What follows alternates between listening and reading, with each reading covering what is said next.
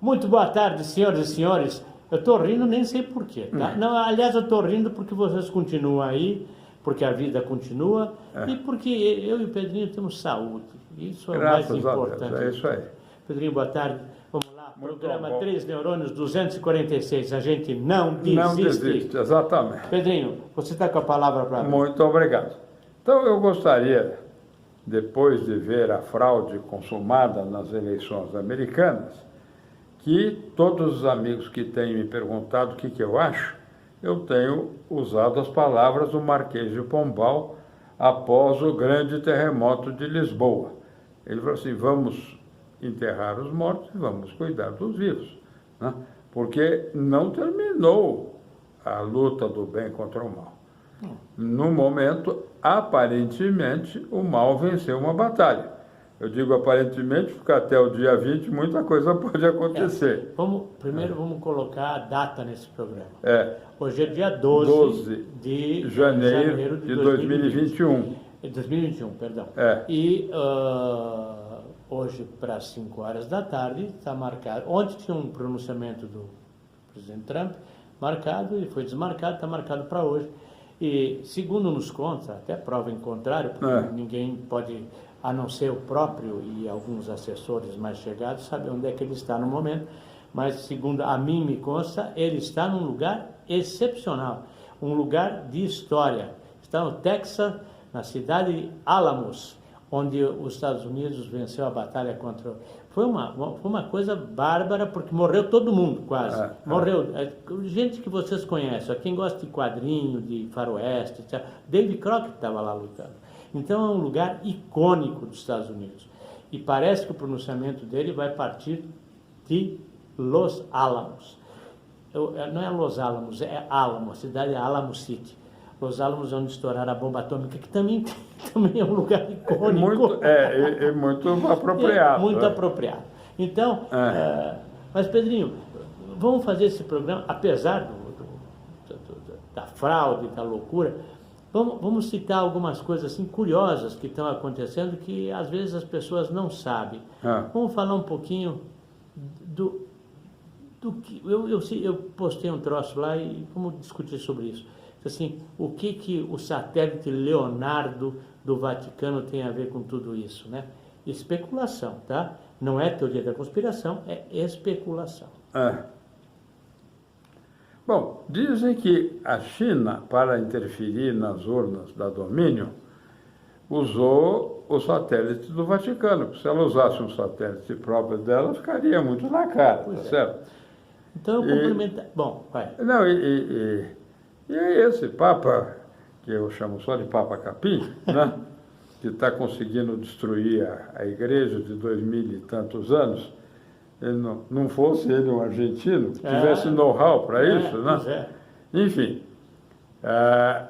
teria cedido a chantagem ou não. Aliás, existe uma outra especulação também no momento, de que a polícia secreta italiana teria provocado um apagão no Estado do Vaticano e teria prendido o Papa para interrogá-lo. Isso é uma fofoca, mas eu ouvi, o Pedrinho ouviu, e eu vi um filme, inclusive, de, sei lá, não contei, mas uns 15 furgões pretos saindo do Vaticano depois do apagão. Então, parece que a CIA, eu não sei se parece ou não parece, eu ouvi, tá? Eu ouvi e vi algumas coisas. Parece que teve um conluio entre acertos entre a China e o Estado do Vaticano para usar o satélite, para meter aqueles... Foi em questão de segundos, lá, eu não me lembro se foi no Mississippi ou na Pensilvânia, que entraram 172.722 votos, assim, de repente, para o Biden. E aí o que comprova o seguinte, o que eu fico pensando essas provas, de uma certa maneira, claro, não foram apresentadas, não chegaram e disseram isso, estão lá no papel. Mas nenhum dos órgãos americanos, nenhuma das cortes americanas aceitou sequer ver. Então, eles dizem assim, que depois da posse, que o cara ganhou a eleição, que não ganhou, mas o cara ganhou, depois da posse, eles vão verificar. Então, eventualmente, o estrago seria maior. Não é lógico que isso aconteça. Tem um professor de direito aqui, que teve até altos cargos, que dizia para os clientes: perdemos, mas ficamos com a melhor doutrina. Pois é, lindo Então. isso. Agora, eu penso o seguinte, você falou em Argentina agora há pouco, papo argentino, né? Aí sai na internet, porque a minha avó costumava dizer, desgraça pouco é bobagem.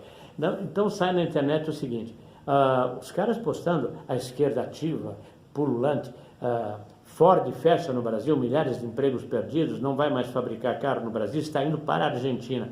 Pô, parabéns, Ford. Agora vocês vão ver o que é bom para a tosse. E não é isso, porque se você procurar o fundo do negócio, é o seguinte, que a Ford fabrica carros, caminhões e caminhonetas no Brasil. Os carros ela não vende, mas nem pagando para comprar, porque os carros coreanos, japoneses e até, que está entrando aí, chineses, são mais baratos e melhores que os carros que a Ford fabrica aqui.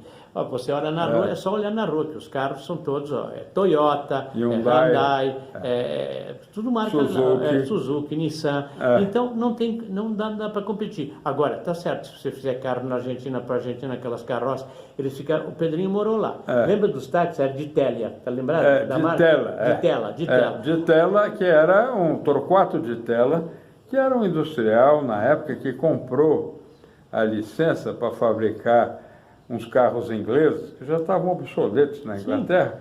Sim. E teve uma aceitação muito grande. Virou tudo táxi. E virou táxi e era um carro vagabundo, uma porcaria de carro. Tá tudo desgonçado. Não sei se é. Era feio. Isso era feio, era vagabundo. Bom, só para você ter uma ideia, você morou lá, morei no Chile. No Chile, o sonho do motorista de táxi era um Opala. Ele queria um Opala brasileiro, que era outra porcaria, porque eu tive um Opala, sabe? Eu também. Aquilo entrava pelos buracos no chão, onde passava o pedal do freio do câmbio, entrava ar que vinha do motor, era uma coisa horrorosa. Uma vez eu estava indo para o sul, peguei em São Joaquim, peguei neve no inverno, estava indo para o sul, o vento frio que entrava quase que me congelou as pernas, eu tive que botar cobertor na perna. Então era uma coisa absurda, o carro vagabundo. Sonho do motorista de praça no Chile, ele tem um Opala brasileiro. Mas isso tudo há uma evolução. A General Motors, pelo menos, tinha grande atenção ao consumidor brasileiro. Tanto que, até hoje, os carros dela estão entre os mais vendidos. É verdade. O Onix, Não, e a SUV dela é excelente. Tem várias SUVs dela. Como é que chama? Tinha Traffic, uma. Tinha uma. Tem a Traffic, mas a Traffic é mais caminhoneta, mas tinha a SUV, eu não lembro o nome. Mas é um ótimo. Enfim, então a decadência foi da Ford, não da indústria americana como um todo. E está mudando para a Argentina, vai com Deus. Também não acredito que eles vão mudar para a Argentina. Não, também não. Acho que as empresas estão saindo da Argentina para vir para o Brasil. Eles vão fechar só. Mas os caras estão dizendo que vai para a Argentina. Porque lá na Argentina o governo lá é legal, é um governo socialista, progressista, legal, Cristina Kirchner. Então vai para a Argentina. Manda para a Argentina. E para a Argentina, no momento, ou para aquele outro lugar, é mais ou menos a mesma coisa. Exatamente. Bom, mas vamos voltar, isso aí é mais fofoquinha. Vamos voltar, vamos falar do Nhonho, que saiu atacando, por isso é o nosso problema local, por isso que eu disse, quanto mais, como é que é, desgraça pouco é bobagem, quanto mais eu rezo, mais assombração aparece, é tudo da minha avó. Bom, o Rodrigo Maia saiu atirando para todo lado, Bolsonaro covarde, responsável por 200 mil mortes no Brasil. Mas quem é você, ô filhote de baleia? Agora você está protegendo o papai lá para botar lá o baleão lá, o baleia roça. Então, você não é nada. Daqui 22 dias você vai ser extrato de pó de merda. Sabe? Quase. Não vai chegar lá. Liofilizado. Então, cala a boca, Nhonho. Para de atrapalhar, não enche o saco. E o Bolsonaro parece que agora resolveu dar umas porradinhas de leve. Mas, meu presidente, porradinha de leve não adianta, sabe? Não, eu já falei em outro programa que o Bolsonaro está mais exprimido do que dentifrício de pobre. Tá certo? Verdade. Então você não sabe quais são as pressões que ele está sofrendo. Agora, que ele tem o dedo podre, ele tem. Porque as indicações que ele fez até agora é um desastre. É um desastre. Não sei quem são as antas Acho que é a Dilma que indicou os assessores dele. Deve ter sido. Bom, além disso, vamos falar... Vou voltar um pouquinho, esse programa está... Nós estamos variando já, mas não tem importância. Tem que falar... É tanta coisa para falar que não dá tempo. Então, por exemplo, o Twitter cortou o presidente americano e, se bobear, corta o Bolsonaro. Agora tem que levantar uma questão aqui muito importante para todos vocês, para que saibam. Twitter não é editora, não é jornal, não é revista, não é nada. Ele não tem direito de editar. No Brasil, pelo menos, a lei é clara. Tá? O Brasil é signatário do Tratado de São José da Costa Rica, que assegura liberdade de imprensa, de expressão, de atitude. Ninguém pode censurar o que você fala. A plataforma não pode censurar.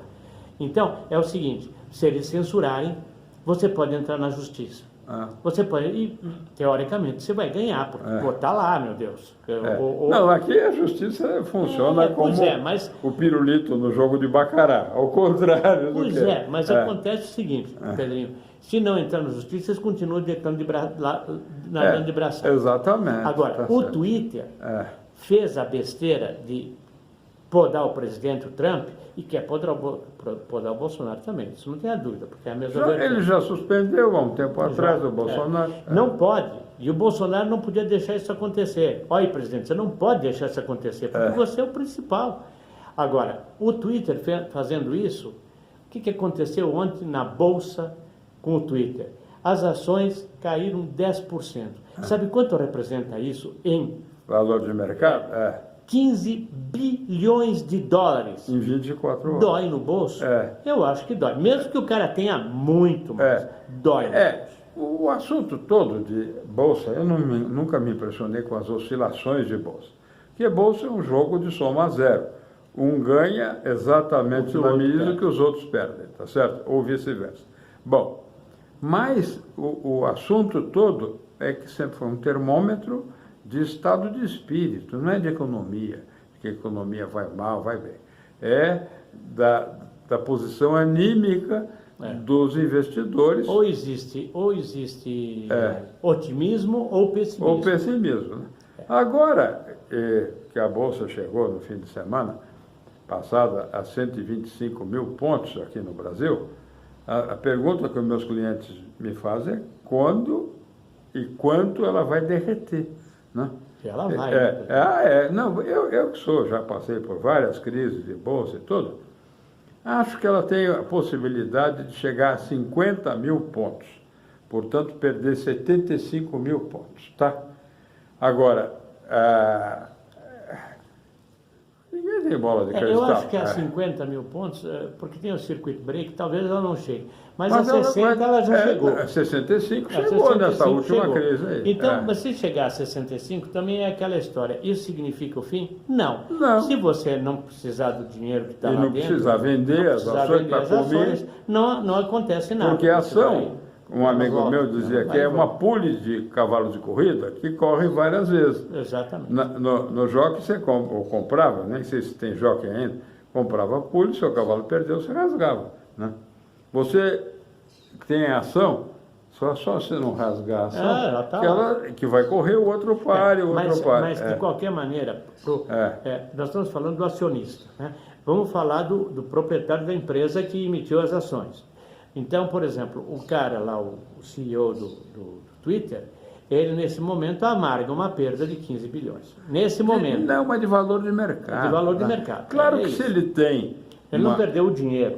Se ele tem uma posição grande em ações da empresa, da qual ele é presidente... Pode comprar mais ainda. Pode comprar mais, ou se ele quiser vender ou precisar vender, ele vai vender por 10% a menos, tá certo?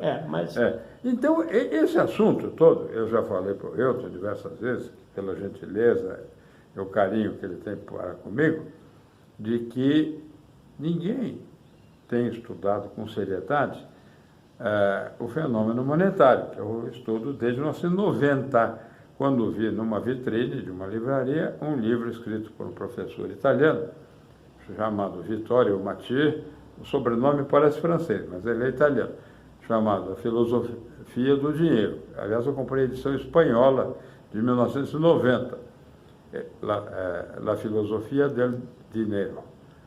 Depois demorei 20 anos para achar a edição original italiana. Del Denaro, tá certo? Hoje eu tenho as duas edições.